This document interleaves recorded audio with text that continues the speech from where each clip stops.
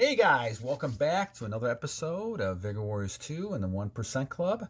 Hope you guys are doing well, and we'll kind of focus on another one here that had a question, and I want to kind of look at this one a little bit. But thank you for your comments and subscriptions and all those type of things. I think that we've come a long way over the last month and a half or something like that, since I think I started like August 9th or something like that. So I appreciate everything, almost 2 months, and focusing on all the great comments and things you have, and we'll just continue going because there's a lot of new things coming up and different things that are happening, and hopefully I'll be able to also kind of expand what I'm doing here a little bit here and bring in new things in, and also kind of showing some videos and different things. If I can kind of figure out how to do a lot of that stuff, I will as time goes on. So this one is going to be talking about a way we should behave with males towards females. And I think we'll call this something like being assertive but romantic. Okay. Now the question then becomes, in a relationship, and this is what females have talked about a lot. I think I did a video on female fantasies, and there was a good study done. I think it was Jordan Peterson who had this, and I think if you haven't seen that one, please go back and look at that one. But talking about what females are expecting out of males. And a lot of times, even though we talk about these movements and things in society where some people like men, some people don't like men, some people look at men a certain way. The bottom line, guys, is that what the studies show, that I believe totally in talking with young ladies and women over the years, is that it's almost like the Beauty and the Beast type of movie in Disney. That many females basically have this image that they are the princess, and that they have to tame the beast. And we as males happen to be the beast. But if we don't act like males the beast, then females have to kind of take on that role. And a lot of females don't like it, especially single moms, people who have to kind of run their own families. They don't want to do that. They want to be able to focus on taming the beast and not worrying about doing all these other things that they have to do if there's no male around. Or the male is a simp or a beta and has no ambition, no goals, things like that. So it's kind of a balance that a successful male has to have. You don't want to be one of those males or like the Chads out there who basically don't care at all. And the women chase those Chads, but it's become self-destructive for both, because the female realizes this male has no commitment level at all, and they have no ability to commit. They're just going to go on doing what they're doing, right? On the other hand, the male doesn't really have a sense of any sort of, wanting a family or anything like that, or any kind of kids or anything like that. And so they're living in a life where eventually, they're going to be by themselves as well. And so if you want that as your goal, well, that's fine. But if you want to have a family and you want to have kids and continue having your generation move forward, then you have to kind of play a balance in between this. There's times that you have to be assertive, and that's key, right? You don't want to be a beta male that just gives in to the female all the time. Females will not respect that whatsoever, and I've talked to so many females over the 40 years of education I've been in, and they'll tell me the same thing. They don't really want a male they can push around. It may seem nice, they like it at first, but a person who's a male who's desperate, they put that in the category of somebody who is, always trying to please them. And they don't want that. In fact, to them, it's a bigger challenge, and this is why the Chads are important here, that they chase someone who doesn't like them sometimes, who disagrees with them. And that's what they've told me many, many times. And you can see this in this study that we talked about, right? They want the werewolves and the vampires and the billionaires and people who just do their own thing, and they're basically coming along for the ride. And they're okay with that. They don't want the level of responsibility that you see a lot of these females have.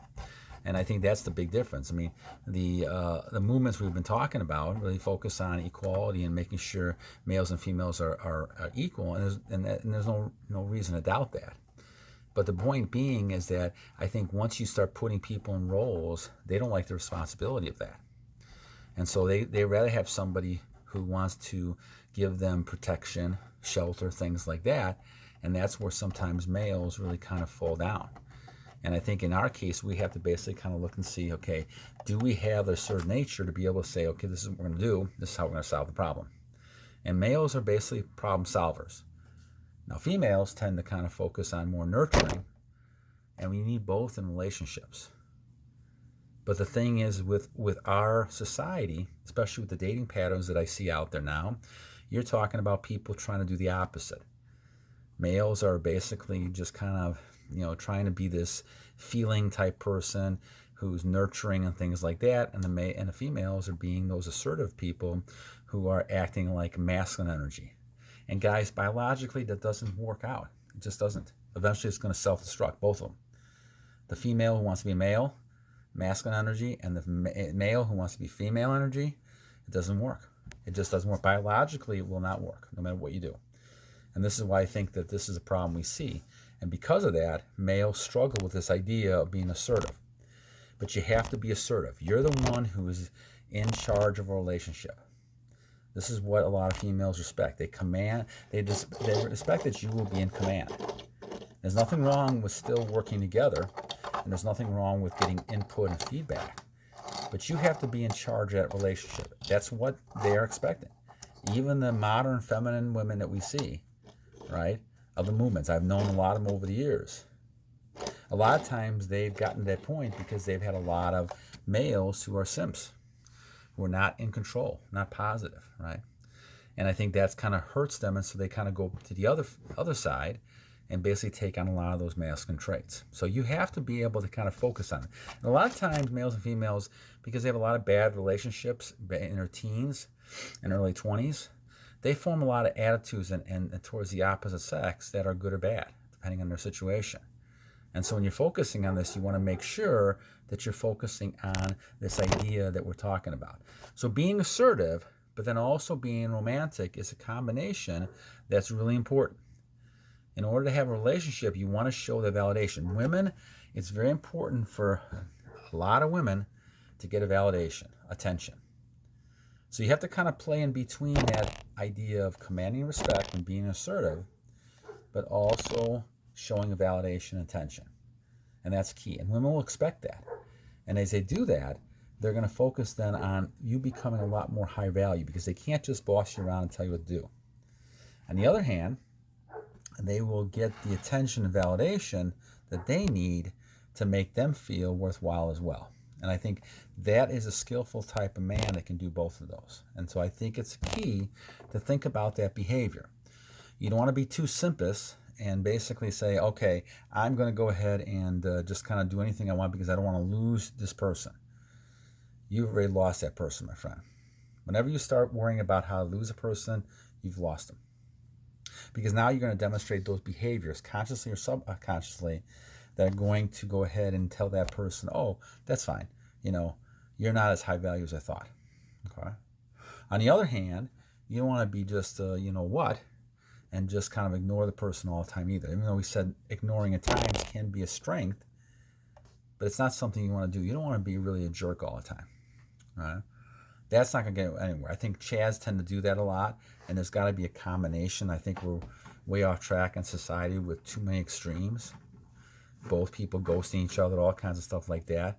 But it's happened because people are just, there's a lot of entitlement, there's a lot of jerk behaviors going out there, a lot of Chads and things like that, and these things are very prevalent.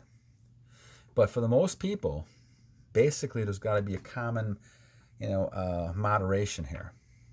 You want to be strong of character, you want to have that strength, but on the other hand, you also want to have the ability to be able to give validation and attention and be romantic and those type of things as well. And that's a key type of thing. So this is one of those skills, guys, that I think is really important. You want to be assertive. You want to be the virile, strong, vigorous man that you need to be. But you also want to be someone who can show the romantic side of you, give the validation, appreciate the person you're with, especially if you're long-term. I think if you're in a long-term relationship, you have to kind of show a lot of both. Because the other person will respect you more if they know you're not afraid to tell them off and tell them this is a problem. And once again, guys, I used to do negotiations for years with unions and different things like that. And I found the biggest weapon you have is the ability to leave the table. If you're not afraid to leave the table, then you have a lot more power than you think. Because if you're not afraid until you get what you want, then the other person's going to take you a lot more seriously. All right. So anyway, guys, be assertive, but don't be a patsy, right? Be assertive, but also romantic at the same time. All right, guys, until next time, battle on.